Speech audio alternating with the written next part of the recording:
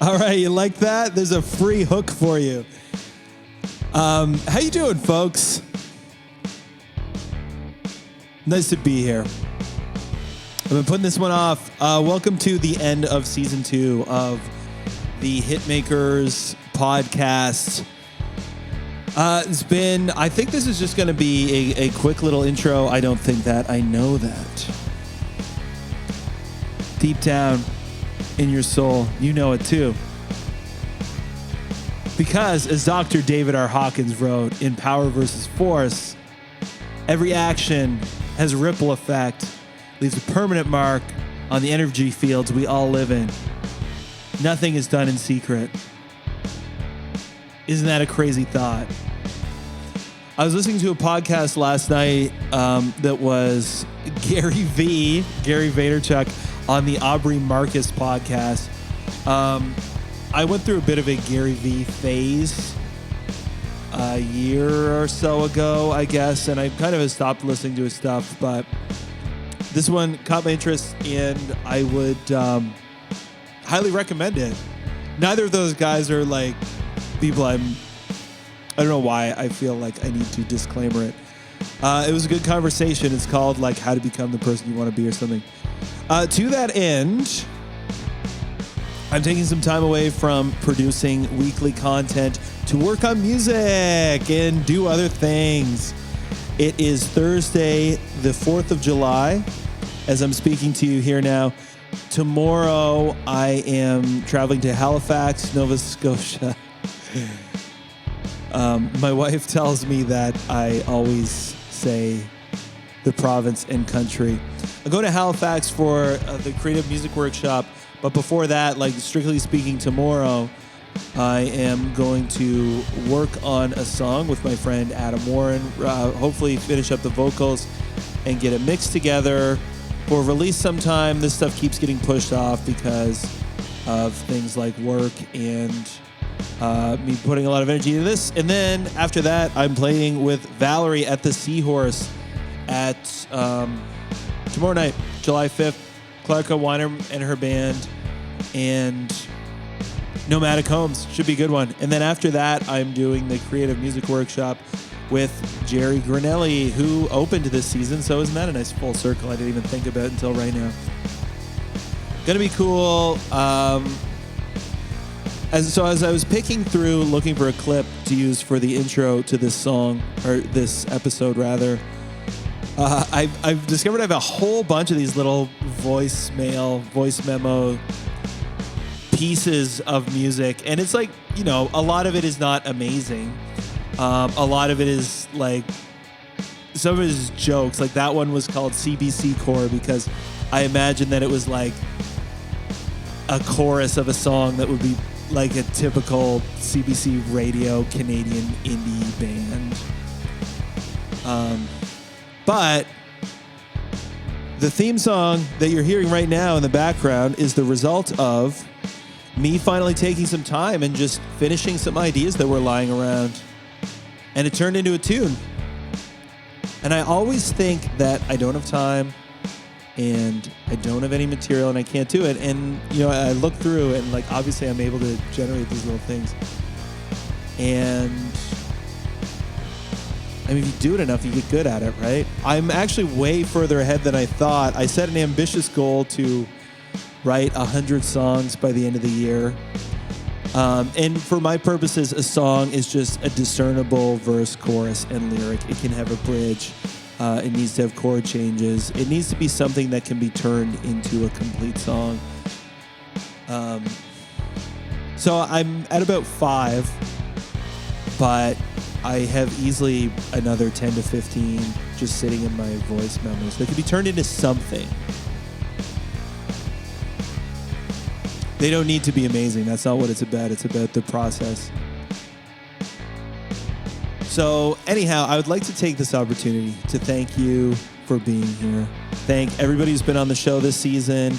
It's been interesting. It's been growth. I've done twice as many episodes or more as I did last year. The weekly production, putting out a thing every week, has been a real challenge for me. I really do enjoy having the kind of outlet or platform to talk into, and I enjoy talking to people about this stuff. But I find, it's funny, I was talking to somebody recently about kind of the artist brain versus the business brain, and how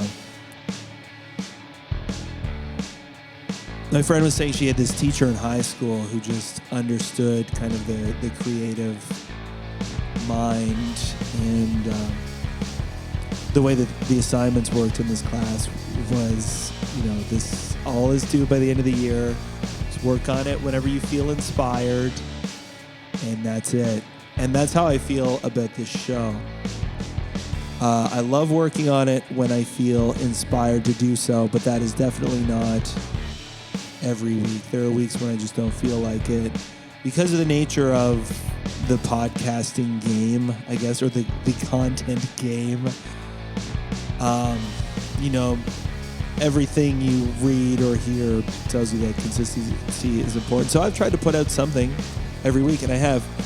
I did an Instagram poll to see if I should even bother doing an episode, because I also feel like once I decide that I'm done with something, I'm just done.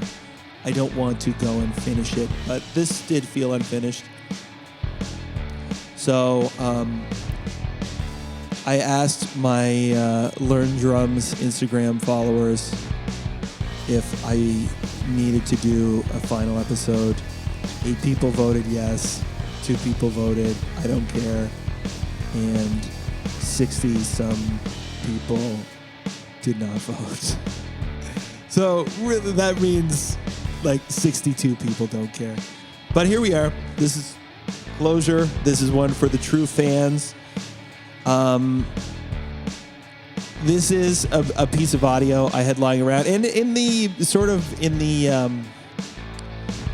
vein or in the realm of what I was talking about before. Now, as I'm recording this, the music is cut out in the background of my own ears. But with one interesting thing that I thought those two guys were talking about in the podcast is the notion of privacy, and we're very concerned about online. And the hypocrisy of a lot of people, myself included, is that, you're worried about it, you complain about it, but then you'll happily just click, share your details with whatever app wants to use them for a little bit of convenience. Anyhow, both of them were of the opinion that transparency is just going to be the new norm. Nobody's going to be able to have secrets anymore. Skeletons in your closet will be exposed, so you might as well own it. I'm not going to comment on whether that's good or bad. I don't know if it's good or bad. I don't know if that's the way things are going to go. But I do know that right now, I feel like I'm at peace with that idea. I don't find it threatening. Anyway, Learn Drums, the Instagram account, is going to go quiet, I think, for a little bit. So if you would like to know what I am up to, I suggest following Brown with the Sickness, which is my, I don't know if it's a Finsta. Anything kind of this content related will pop up on the Learn Drums Instagram. For whatever I'm up to lately, you can check my website, learndrums.ca. Go stream the Valerie record. It's everywhere now. It's called Thin Veil. It's an EP. The Corey Eisner record's coming out this summer. Both of them made, the East's top 40 tracks of 2019 so far, or something. I saw that article today. Valerie and Corey Eisner are both in it. And I've got some music of my own that keeps getting pushed to the back burner in favor of other things. So anyhow, Thanks for being here. I'm going to let myself from a few weeks ago explain what you're about to hear. Talk to you in the fall. Recording a new episode Saturday. I'm taking a break, but not going away. All right. Bye-bye.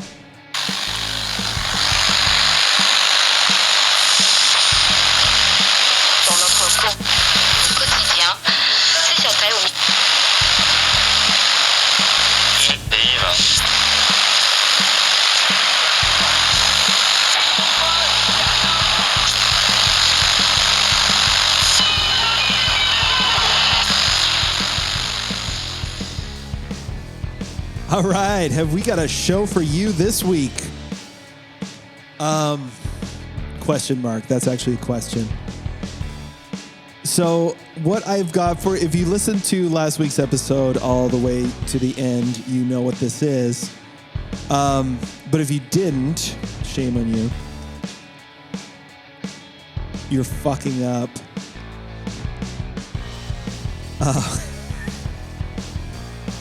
When I recorded my intro for my interview with Joe last week,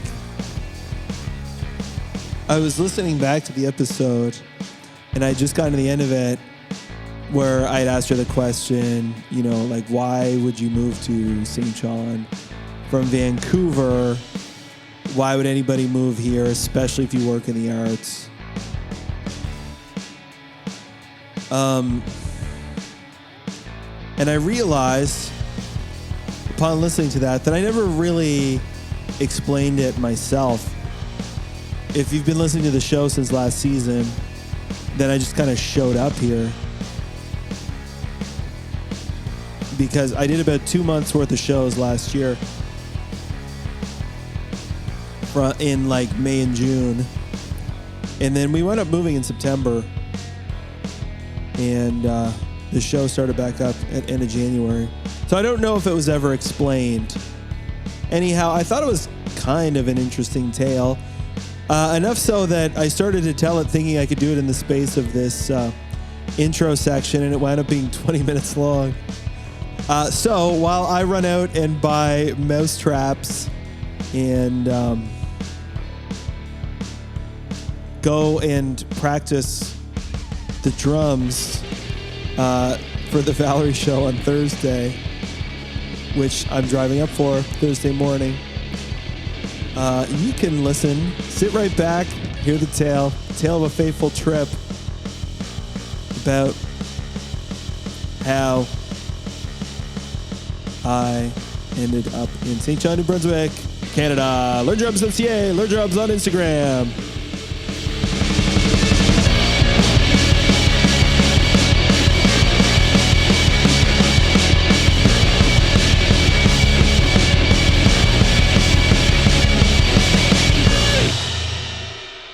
So where are we? We're going to tell the story chronologically.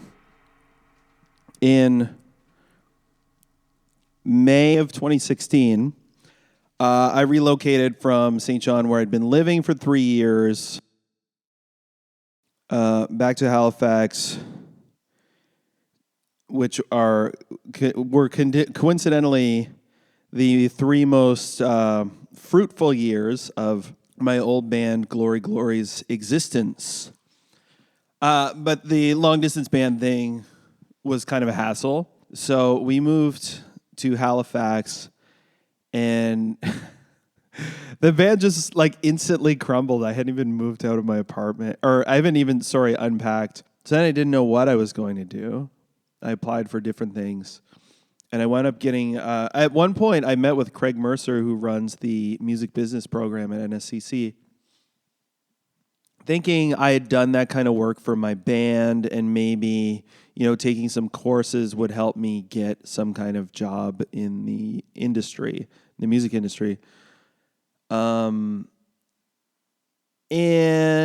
what he told me was, yeah, there were a few courses that would be beneficial. A lot of it would have been stuff that I had already covered, just, you know, being out in a band, trying to do it for 10 years.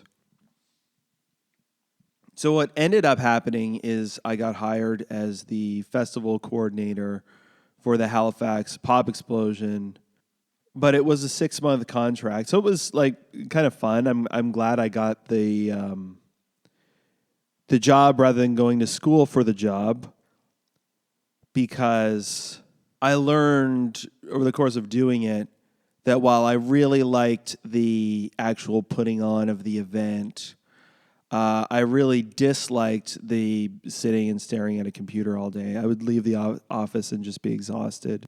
The event itself was great. It was really fun moving from venue to venue, meeting the artists, meeting the people who are going to the festival, working with the volunteers.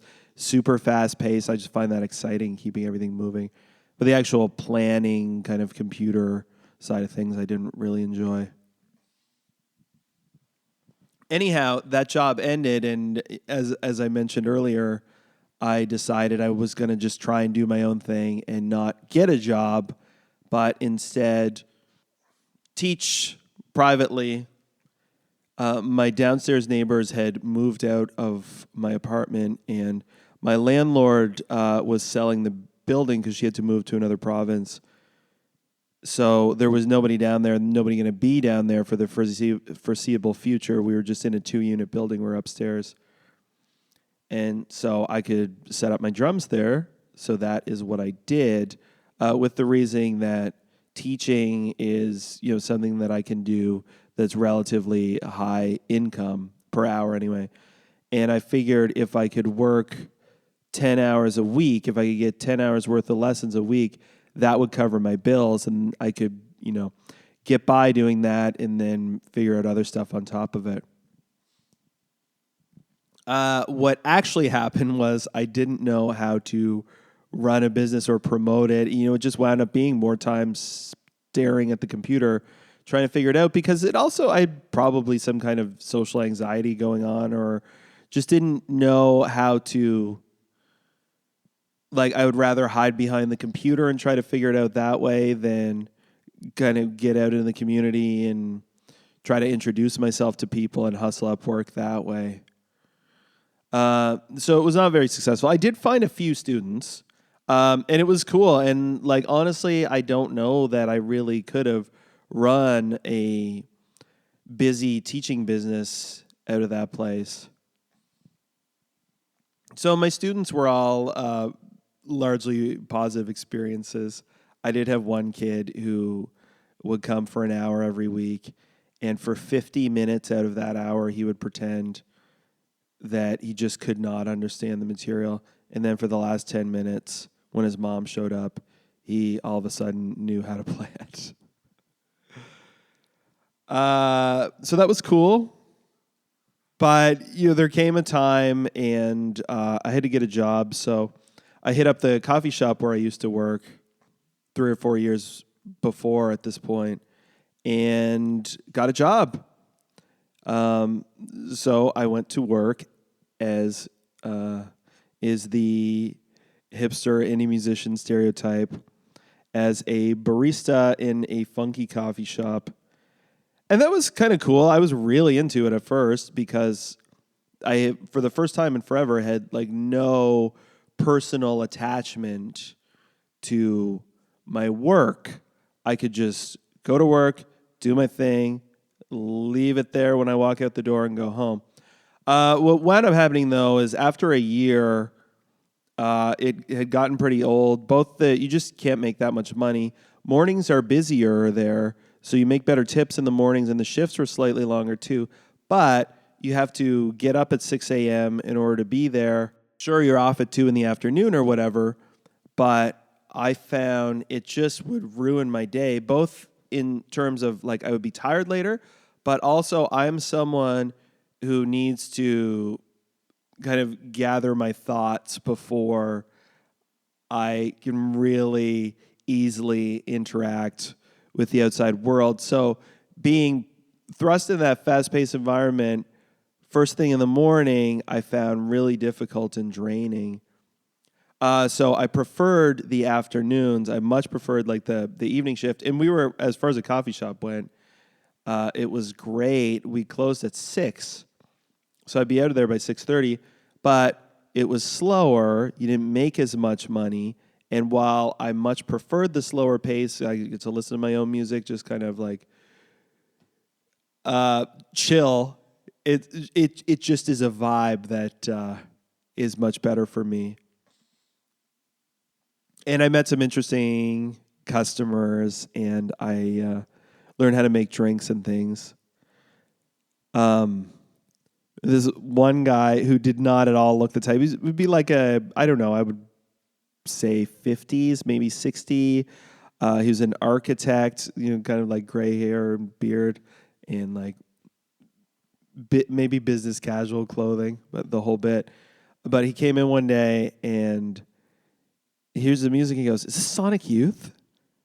It's like, yes, it is. And he goes, "Whoa, I saw them one time in Italy." I was like, "Really?" And he starts telling me stories about how he's seen No Means No at like an anarchist squat in Italy. And those are the kind of interactions you can have in the afternoon at the coffee shop when it's quiet that there is no time for in the morning because you're just trying to get people's coffee to them so they can get to work. Anyway, it got to a point where like I was never going to get a raise and the job was never going to change. It was just going to be do this for this amount of money forever. And I was not getting ahead. I was getting by, but so it's obviously unsustainable. So what I did, I'd happened to be at the market, the Halifax Farmers Market, one weekend, and there were some people busking there. And my wife said to me, you could do that. I was like, yeah, I guess I could.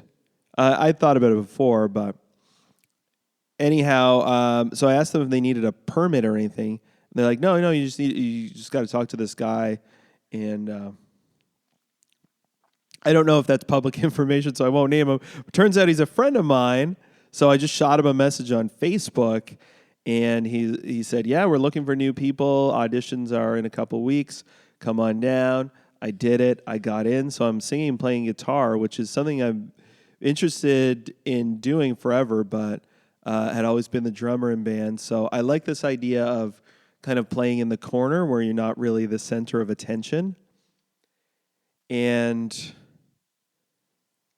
my very first day busking at the farmer's market was a Saturday morning, and I thought that I was going to have to cancel it because of something else that was going on. It turned out last minute that I was available, and so I asked them if I could still have my slot, and they said, no, it's been filled, but if you just come down, like people don't show up sometimes, so we'll just find a spot for you.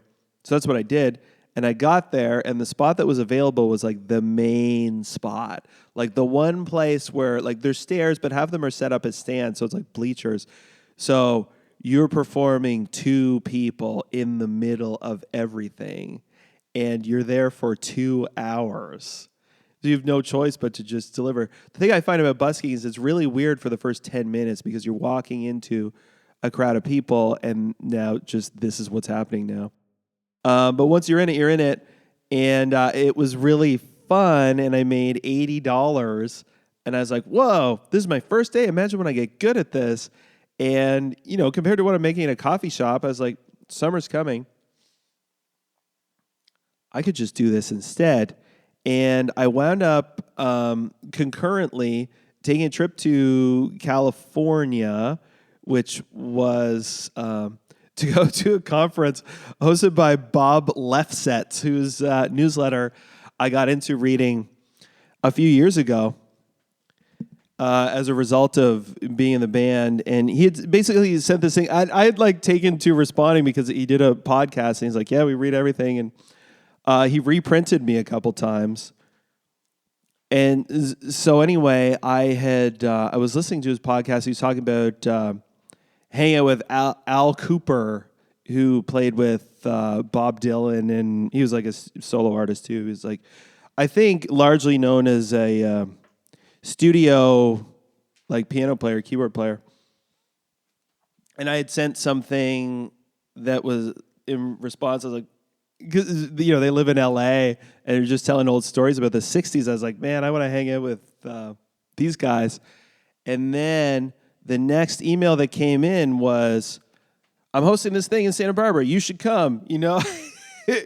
If you've ever wanted to like hang out and chat, here's your chance. So I was like, whoa.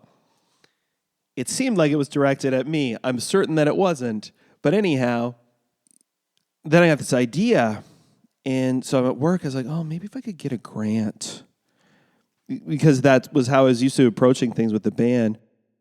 And I was telling the manager of the coffee shop this. He's like, or you could just work weekends and save your money and just go. Like, it's what, a couple $1,000s? I discovered that plane tickets round trip to LA from Halifax were $500. So I was like, whoa, you're right. So anyway, we went on this trip, and it was my first time doing something like that for myself, not for the band.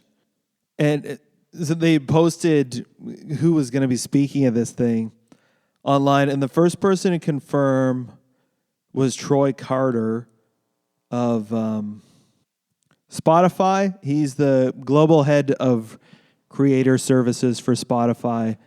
He also used to manage Lady Gaga and currently manages, or he ran a company anyhow that manages Kamasi Washington.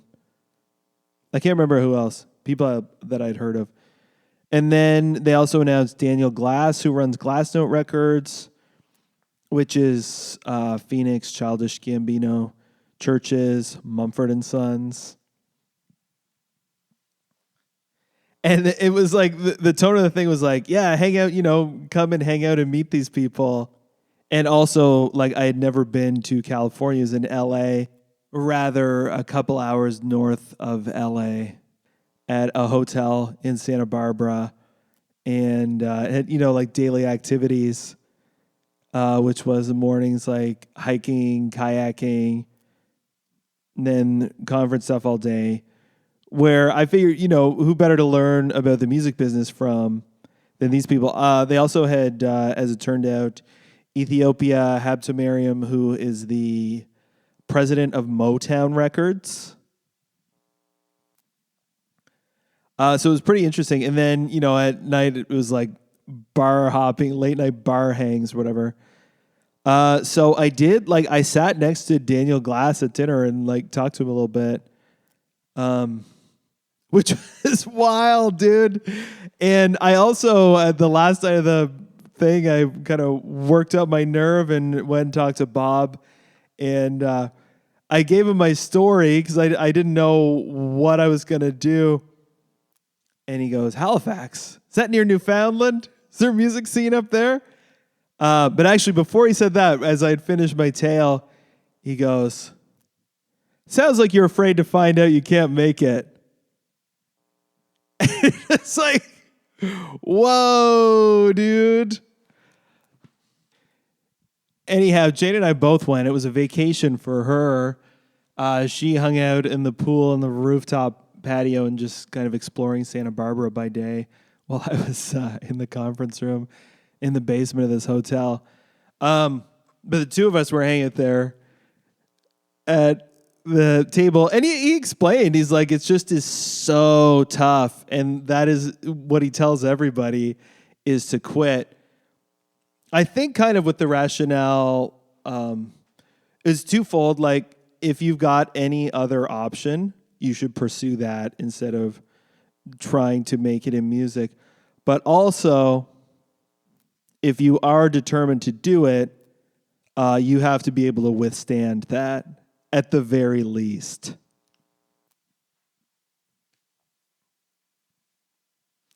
And said, it just is, it's too sad. Even pursuing jobs in the industry, those jobs disappear. And he's like, I know people who, first they lose the boat, then they lose the second car, then they've got to downsize their house, and then but still they don't get out of the business because they're just hooked on it. So anyhow, he gave me some recommendations on what I should do. Next day we were out of there. It was a great trip. Neither of us had ever been to LA before. Was really surprised to see the giant Scientology building on Sunset Boulevard, but I guess, or Hollywood Boulevard, I can't remember now. But it was cool. What did I do? We kind of landed. I had one thing booked per day. I took a lesson with Dave Elich, who I talked about before, who I initially found out about from Mike Bellier. That was really neat. Recorded the next day. We went to, I think it was the next day. Went to San Diego to meet up with Brad Davis and record podcast episode for last season. Following day, I met Joe Crabtree, picked him up at the airport, did an interview with him. And at that point, after that was done, I was like, man, this trip has been such a success. Even if the conference is a bust, it was amazing to go. I enjoyed driving on the freeways, which is like 5 lanes, and there's no fast or slow lanes, and nobody signals, which I later found out through my friend Daryl, who's from there. The reason for that is that if you signal, people know your intention and they're going to cut you off. So nobody does it. But anyhow, when I was thinking, and then I actually launched the podcast the day after we landed. The Mike Bellier episode came out. We got back, and it was the start of ECMAs, which were in Halifax that year. So I launched, I'm pretty sure I put out that first Mike Bellier episode the day after we got back. Maybe it was even the day of. We caught the red eye. Is that right? Yeah. We went to the airport, and I had to toss some legal weed that I had gotten. That thing, I'd been given some. I left that behind in the hotel room for housekeeping, so hopefully somebody got it and enjoyed it. We went to In-N-Out Burger, and then we took the overnight flight back to Halifax from Los Angeles. But anyway, making this trip happen would mean I needed to take a week off work, and then when I got back, it was going to be ECMAs in Halifax, and I didn't want to work that weekend. And I didn't know that I could really book a week and a half off. I mean, I could certainly just tell them I wasn't going to be there. But also the manager was leaving at that time. I felt the winds of change blowing a little bit, like it was time for me to move on. So I went and talked to some friends about it, and my friend Caleb Shriver, who actually plays bass in the band Valerie, and worked the same Pop Explosion job as I had done the year after. Turned out he was looking for a new job and was just about to go apply to be a dishwasher. And I said, why don't you take over my job? Ran it by the manager. He did an interview. He was in. Caleb has now taken over 2 of my old jobs. So I put in my notice at the coffee shop. I didn't know what I was going to do, but Caleb's needing that job, being ready for it, seemed to me as sure a sign as any that I had made the right move. And put in my notice, took off for LA, did not tell my wife. Got back, was unemployed. And there were things I could do to pick up work. I'd done manpower stuff. I'd been a simulated patient. But I didn't really have a plan. But I was like, well, if I can make $80 busking, I'll just do that every day, and then I'll figure it out. But I would much rather be doing that in the sun, working. Also, I'd been like, after the Pop Explosion, I got really not into modern music at all for a while. And started like, I read the Keith Richards autobiography and a Jimi Hendrix biography, and he was just talking about like hanging out in Greenwich Village in the 60s and like Bob Dylan too, and just being broke and like playing for tips or whatever and just surviving. I was like, that is what you got to do. if you want to be a musician, go be a musician. And so I did that for pretty much the entire summer. And, wound up spending the end of the summer working as an auto detailer. But, like, picking up some gigs, too. Now, also, the week after I quit my job and got back and was unemployed, I got a call to go play drums for Jen Grant in Toronto at CBC Music Festival, and I wouldn't have been available for that gig if I had not quit my job. So anyhow, I bounced around for the summer, did a lot of busking, did not make a whole lot of money. Did manage to get by somehow. I guess I worked rock camp in July and worked as an auto detailer through Manpower for a pretty good chunk of August. And played on the Halifax waterfront besides. Wound up getting offered a gig singing children's songs about the ocean for the Sea Turtle Bubble Parade. So anyhow, my wife was getting sick of her work situation, and a job offer for her came up here in St. John. She really loves it here. So she applied for and got the job.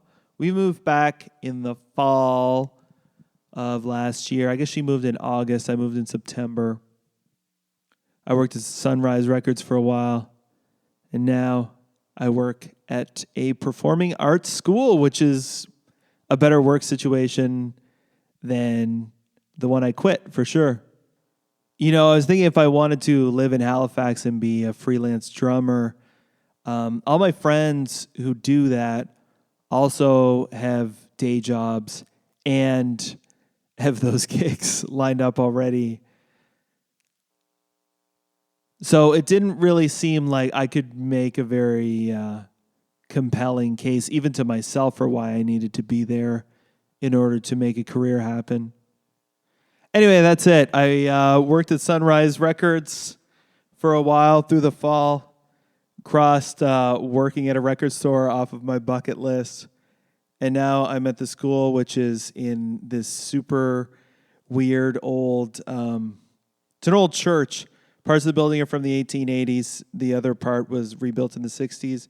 The church has been converted to a theater. So we've got backline, PA, lighting, blah, blah, blah. Super cool space. There's a grand piano. There's a pipe organ there for now. I can go play my music loud there. I can play drums there, which is great because I do still live in an apartment. All right, folks, that's where the tape stops. I suspect that that's the point at which I looked at how long I've been talking for and hit cut on the recording. Just wanted to mention that final month of August in Halifax. I also did play shows on drums with Deerfield, Matt Steele, and Darklit Sky. And I played with all of them in one weekend, actually. I got to play Parade Square, the Resolutes Club, and the Blacktop Ball, all of which were new to me. Anyhow, thanks so much for being here. You're the best. I may put out some weirdness this summer. I may not. Make sure you subscribe to this channel so you don't miss it. And now you can just binge the whole season. Stranger Things 3 came out today. You can binge this like it's a Stranger Thing. Okay. Have a wonderful summer.